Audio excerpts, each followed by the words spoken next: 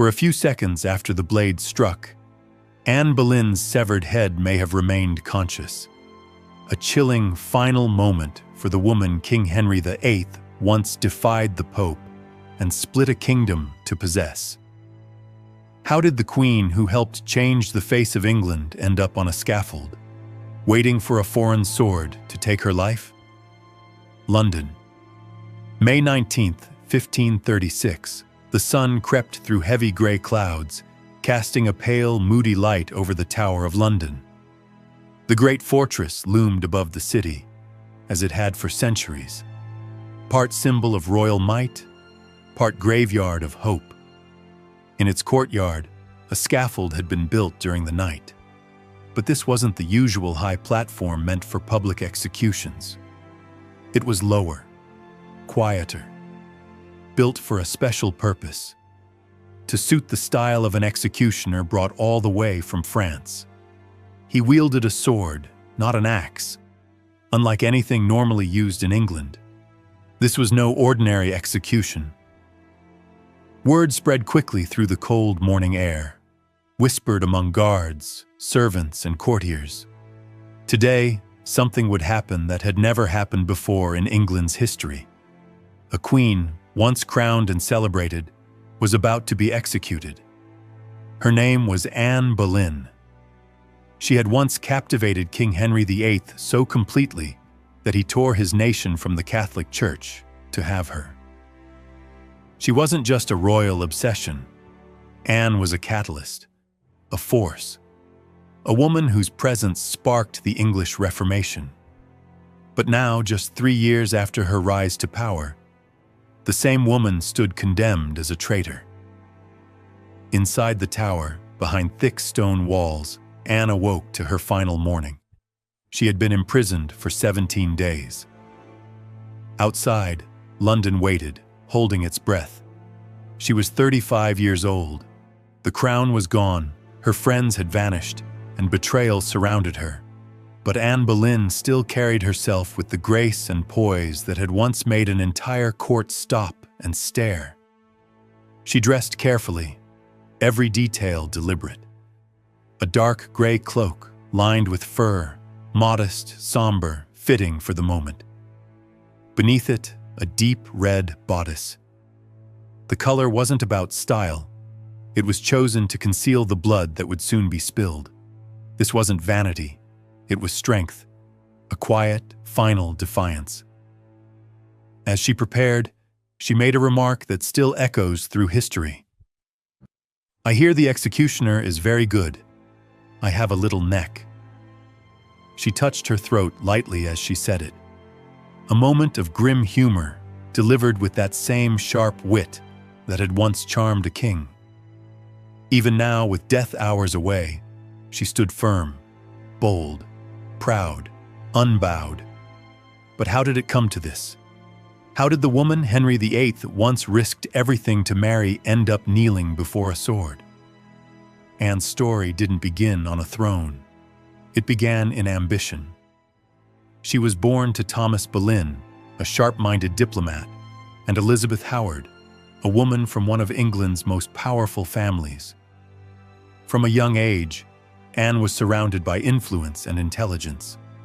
She studied in the Netherlands, then served at the French court of Queen Claude. There she absorbed the elegance, language, and ideas of the Renaissance.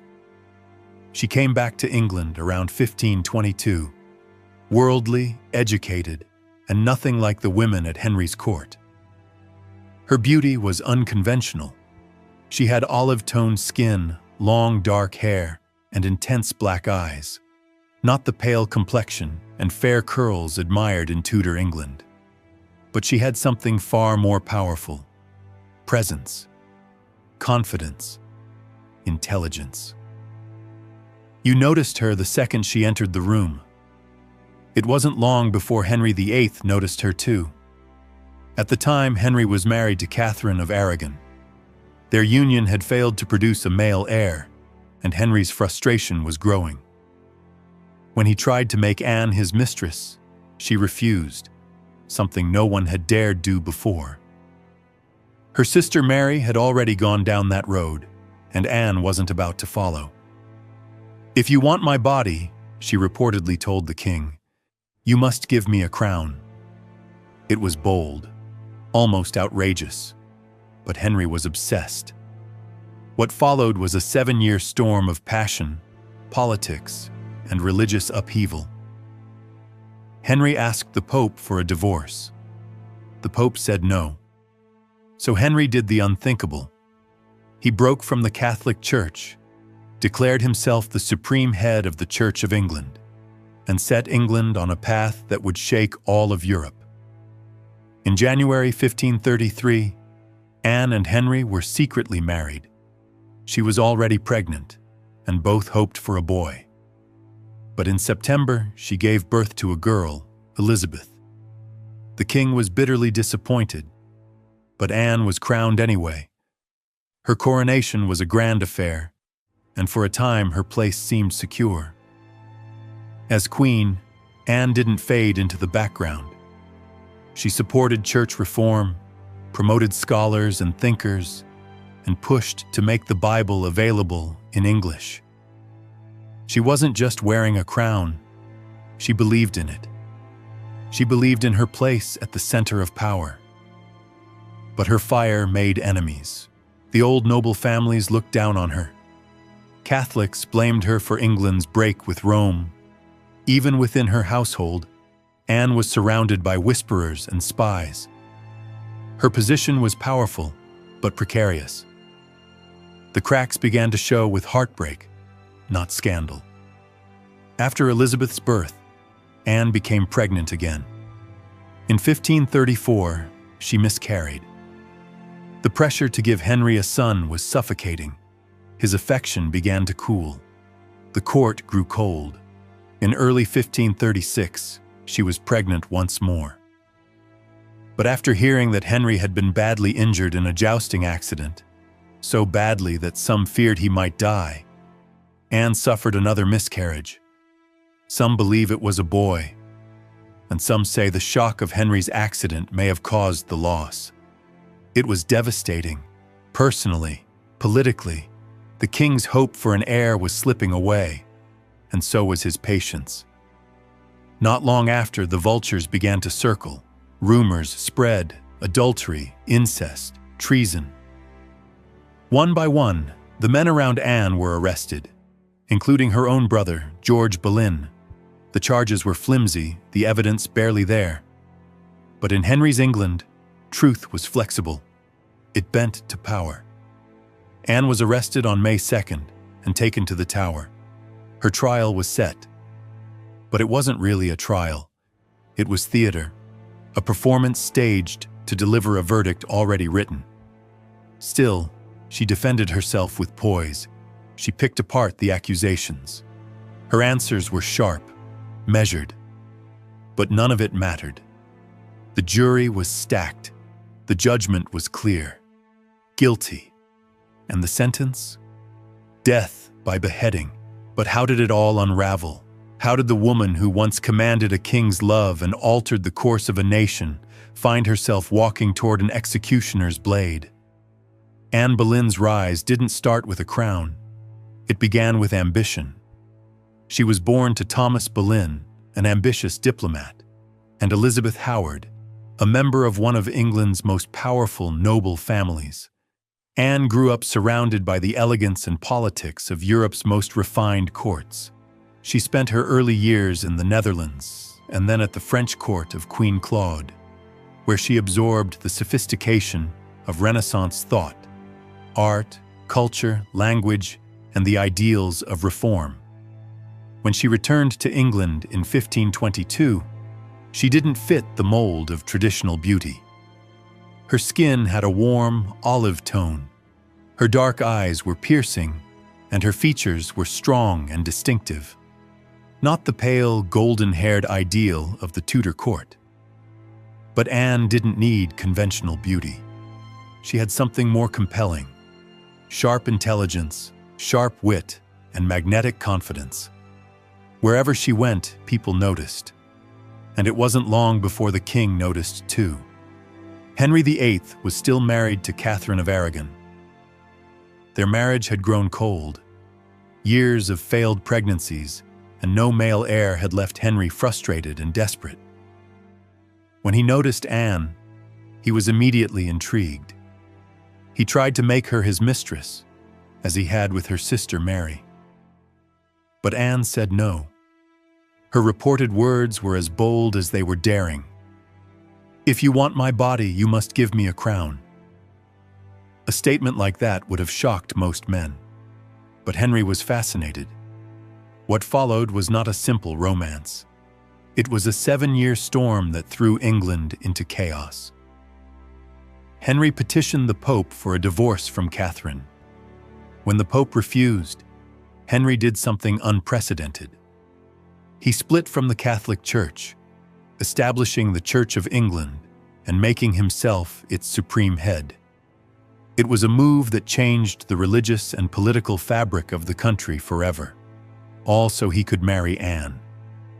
They wed in secret in January 1533. Anne was already pregnant. The stakes couldn't have been higher, for both of them. They were hoping for a son to secure Henry's legacy and justify the massive upheaval. But in September, Anne gave birth to a daughter, Elizabeth. Henry was deeply disappointed. Still, Anne was crowned queen in a lavish ceremony. Her reign had officially begun. But being queen didn't mean peace. Anne wasn't content with just standing beside the king. She took an active role in court life and in shaping the country's future. She was a fierce supporter of church reform, pushed for the Bible to be translated into English, and gathered a circle of bold, reform-minded thinkers. She saw herself not just as Henry's wife, but as a chosen partner in a divine mission to reshape England. But her assertiveness made enemies. The old noble families looked down on her. Devout Catholics saw her as the woman who shattered the connection to Rome. And even within her household, spies and rivals watched her every move. Her court was filled with tension and quiet danger. Then came the heartbreak. Anne became pregnant again, but in 1534 she suffered a miscarriage. The pressure to produce a male heir was crushing. Henry's affections started to fade. The passion that had driven him to defy the Pope began to cool. Whispers of disappointment began to echo through the court. In early 1536, Anne became pregnant once more. This time, the stakes were even higher. But that January, Henry suffered a serious injury during a jousting match. The news deeply unsettled Anne. Some believed the shock and stress contributed to the miscarriage that followed. Reports suggest the child was male. That moment broke something in Anne and in her marriage. Shortly after, the king began distancing himself. The woman he had once seen as the answer to his dynastic troubles was now a painful reminder of what hadn't worked. At court, her enemies circled, and one of the most dangerous was a former ally, Thomas Cromwell. Cromwell had once worked closely with Anne during the break with Rome, but now he saw her as a threat. She was outspoken, politically active, and had opposed him on several policies. With Henry's affection for Anne fading, Cromwell saw an opportunity to act. In April 1536, rumors became accusations. With Henry's approval, or at least his silence, Cromwell launched an investigation into Anne's private life. On May 2nd, Anne was arrested. The charges were staggering: adultery with 5 men, incest with her own brother, and a plot to murder the king. The evidence was thin, contradictory, built on gossip and coerced confessions, but it didn't matter.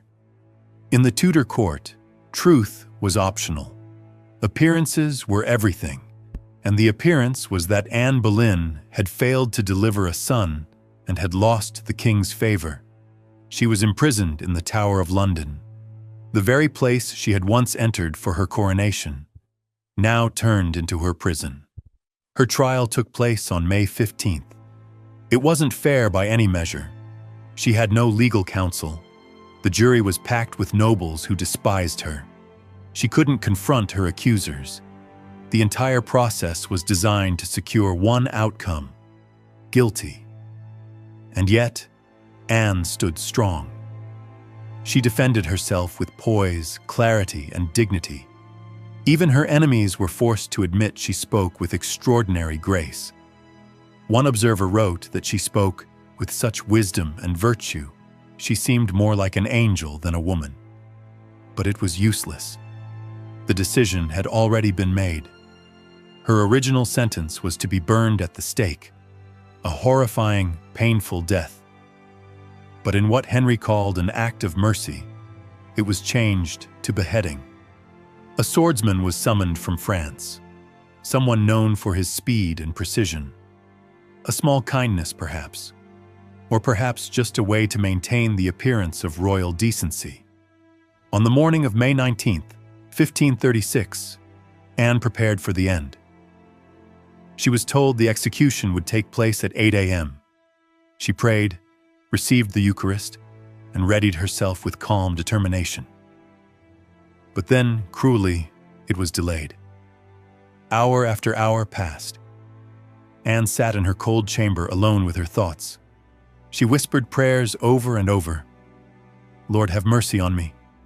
She declared her innocence again and again, not to save herself, but to affirm it before God.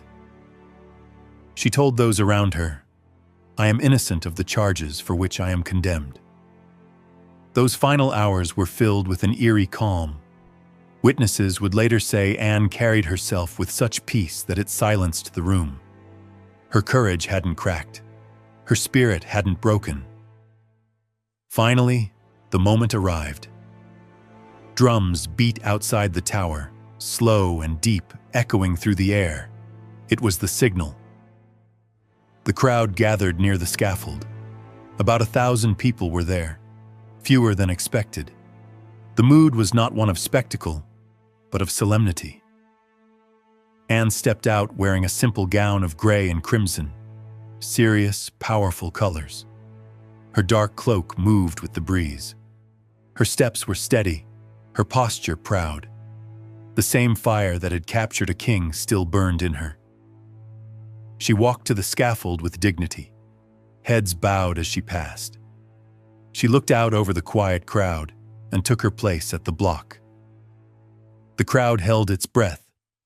Every motion, every sound felt like it echoed into eternity.